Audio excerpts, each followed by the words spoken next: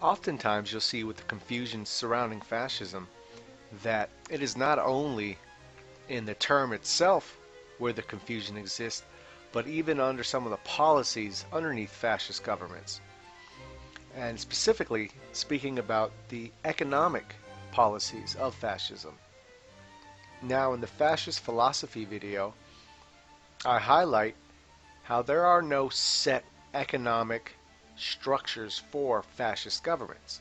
It's fascist governments are organic governments. So whatever the land you're in and the people decide, or the leadership decide, that will be your economic foundations. That's the first part of the confusions and misnomers spread about fascism, is that it's all the same. They differed in their policies, country to country. Typically, when people are talking about the fascist economy and corporatism and things like that, they're referring to the Italian fascism, and which is what we'll be focusing on today, because that is the most known and the most talked about branch of fascism that was out there. So we'll be looking at a little known book entitled Economic Foundations of Fascism by Paul Inzig. Now, Paul Inzig was not Italian, was not a fascist. He was Romanian born, lived most of his life in England, and visited Italy as an English citizen. He had a degree in economics, wrote numerous books dealing with economics, and one of them was The Economic Foundations of Fascism. He observed, had access to Mussolini and all the higher ups. He observed the structure of the economic system in Italy, and he reported on it. His goal was to clear all the confusions and lies being spread through the British press, the Western press, all of that. Of course, they completely misrepresented fascism in their newspapers, and the common English person, the common American, got a completely twisted view of fascism, just as they do today. How things do not change. So with that goal, he set forth to observing and trying to clarify what exactly the economic foundations of fascism are. And you see today, people, left-wingers, will say, oh, fascism, it was just the corporate elite ruling over everyone, and they made the decisions, and it's like fascism today, and they'll continually misuse the word, and it was nothing like that at all. And then the right wing will say, oh, fascism was socialism, it's just like communism, there's hardly any difference. Once again, they couldn't be more wrong. And Mr. Inzig does a great job of detailing this in his book. So let's take a look at some of what he had to say. In its social aspects, fascism endeavors to conciliate the conflicting interests of the different classes. It does not aim at eliminating class distinctions. On the contrary, it seeks to maintain them with their special characteristics and to obtain collaboration between them. So there you have being explained that fascism was not like communism in the sense where, the doctor and the street sweeper are getting the same amount of pay. No, there are distinctions, as there should be. What fascism does is help regulate them and keep them closer. As of like today in this society, you can go from being completely destitute without even a piece of bread on your plate to being a multi-billionaire, a Soros or Bill Gates type. I mean, there's a huge gap between the poor and the super rich. Fascism, the easiest way to explain it would be a pay scale set up A to Z. And no one's going lower than A, and no one's going higher than Z. And there's enough distinction between A, B, C, all the way up to Z, that each class has their own lifestyle or their own reward merits for whatever jobs they're going into. Differences arising between employers and employees are settled by conciliation or, should that fail, by the decision of special labor courts, to which they have to be submitted and whose judgment is binding on both parties. So you often hear the leftists saying, oh, you can't form unions under fascism. Well, you can't do that under communism either, dummies. So I don't understand where that talking point comes from. But what they do have, of course you can't strike and form unions because a part of the production is measured by the government, and the production is for the benefit of the people, the nation, and the direction of the society. So of course you can't just bail out and not work because you're mad about something. The employers and the employees will go in front of a government committee, and the government committee will hear both sides and find what they deem to be fair and place that upon the workers and the employers. And there's no choice after that. They have to respect a decision. And it's not some, oh, the corporate CEOs are good with the government like today and it's all intermingled. No, it's completely separate, and the goal of this government is not making individuals richer. The goal is making the society richer. So there is an intent to find the common ground and make both sides happy as can be and continue on with the productivity. The main object of the corporate state is the planning of production and the determination of distribution in accordance with changing requirements. So much while government doesn't run businesses, government is in oversight. If a brand of something, if certain cars are not being reproduced enough, they may step in and say, well, we need more production out of this company and give them the help to produce more. If, on the other hand, too many cars are being produced, then the government will step in and say, hey, time to slow down. While in the sphere of distribution, the fascist economic system has discarded individualism to a great extent. In the sphere of production, individual initiative still plays and will always play a prominent role. Now, that's the big difference from today, whatever the hell you want to call this society we live in, this hodgepodge of capitalism, liberalism, whatever you want to call it. Let's look at what they're saying there.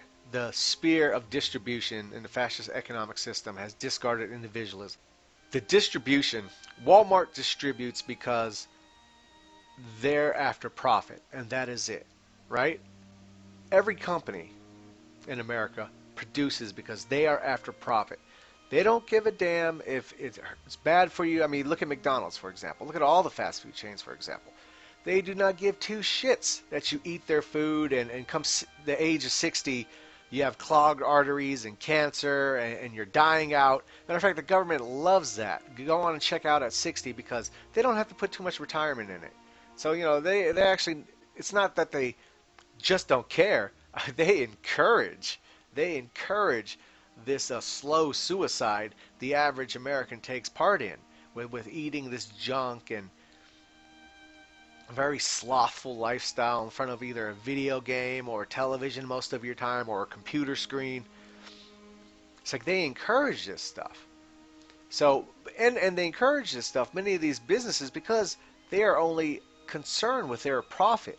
They are very individualistic in their distribution because they only give a damn about themselves, about their GDP, about their pocketbooks. That's it.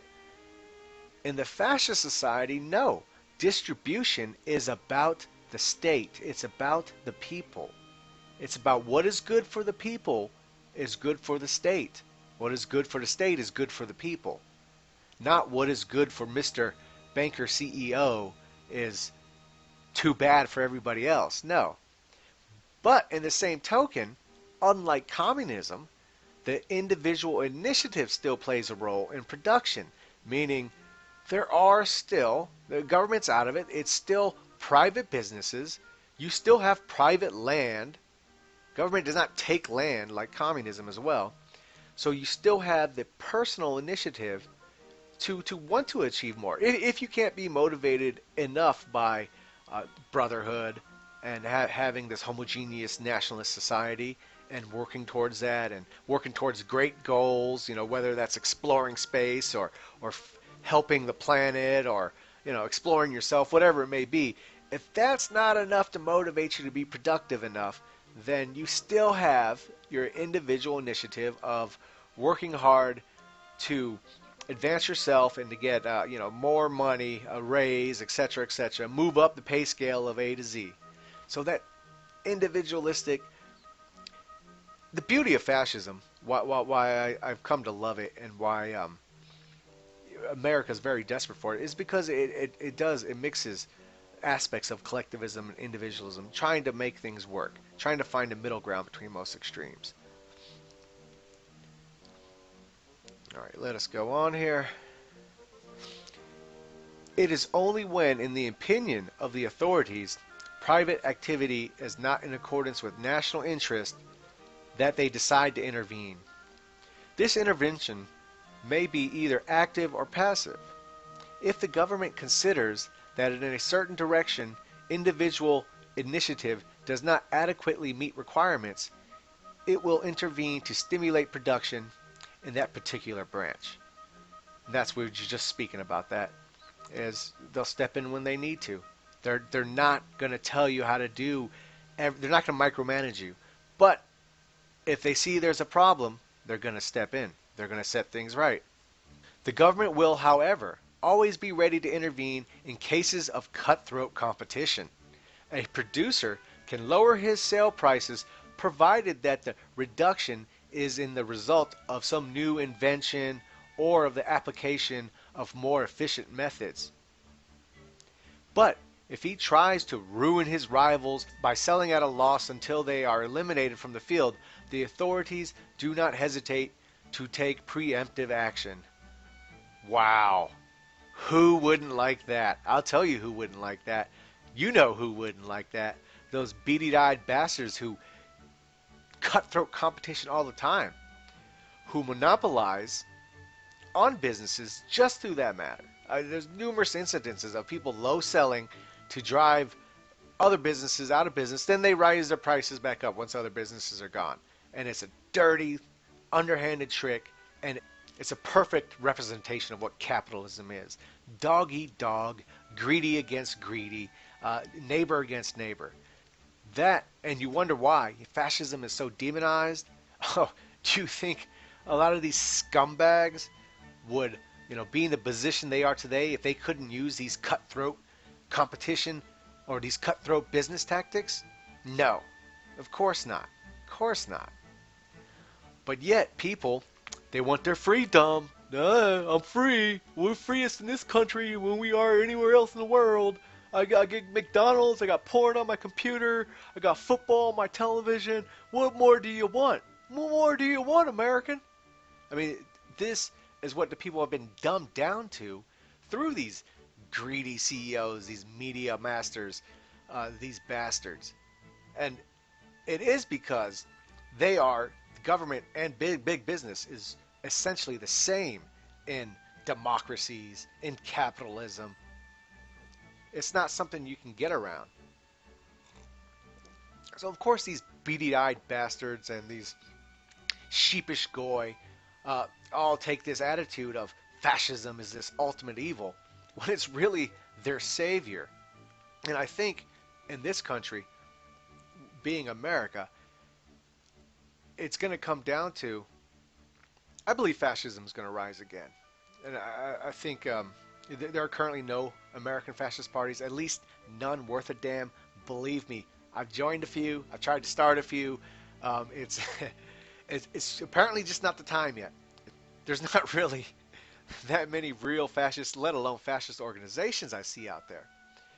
But in time, they will start to grow more and more. You'll see these people who are now libertarians start to come over to fascism. And why?